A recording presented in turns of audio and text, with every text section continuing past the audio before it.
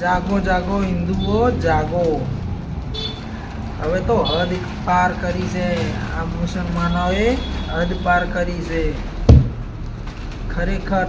હવે તો ગુજરાતમાં પણ અરે ક્યારે જાગશો? ત્યાં સુધી પટેલ, દરબાર, રબારી, હરિજન કરવામાં તમે પાછા રહી જાઓ.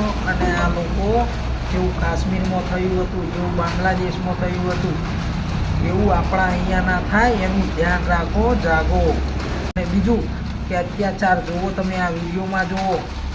બાંગ્લાદેશમાં થયું ત્યાંના કેવું બોલે છે કે ઈ તો ત્યાં તો એક મારો છે, પણ અહીંયા તો ઢગલા કરી નાખશું, કે જીવતા સળગાઈ નાખશું. શું આ અમારા ધર્મ પર અમારે કઈ બોલવાનું જ નહીં? એમને એમનો ધર્મ વાલો છે તો અમે શું, અમે કોણ છીએ? અમને પણ અમને ધર્મ તો વાલો હોય ને, કેમ ન વાલો હોય? ત્યારે છોકરીઓ નિશાળ જાય તો છોકરીઓને પણ મુસલમાનના છોકરાઓ આંગળીઓ બતાવે, મા બેન હામી ગારો દે અને બધું આ તે કહેતા હોય, તમે આમ આવો, તમને ત્યાં લઈ જઈએ, અમારું ઘર મંડાઈ, આ હા ના હા. બાંગ્લાદેશમાં ગયા હિન્દુ અમારે લગાડી મેલે, એ સ્ટોરી અમારા છોકરાએ મેલી હતી. એટલે આ છોકરાએ સ્ટોરી મેલી એના હિસાબથી નાના માર્યો કે આ સ્ટોરી આજે તું મેલી, એ તો ખાલી એક જ હિન્દુ લગાડ્યો, પણ આ તો કે તમારા પર ઠાકોરવાસ લગાડી મેળવાનો આખી.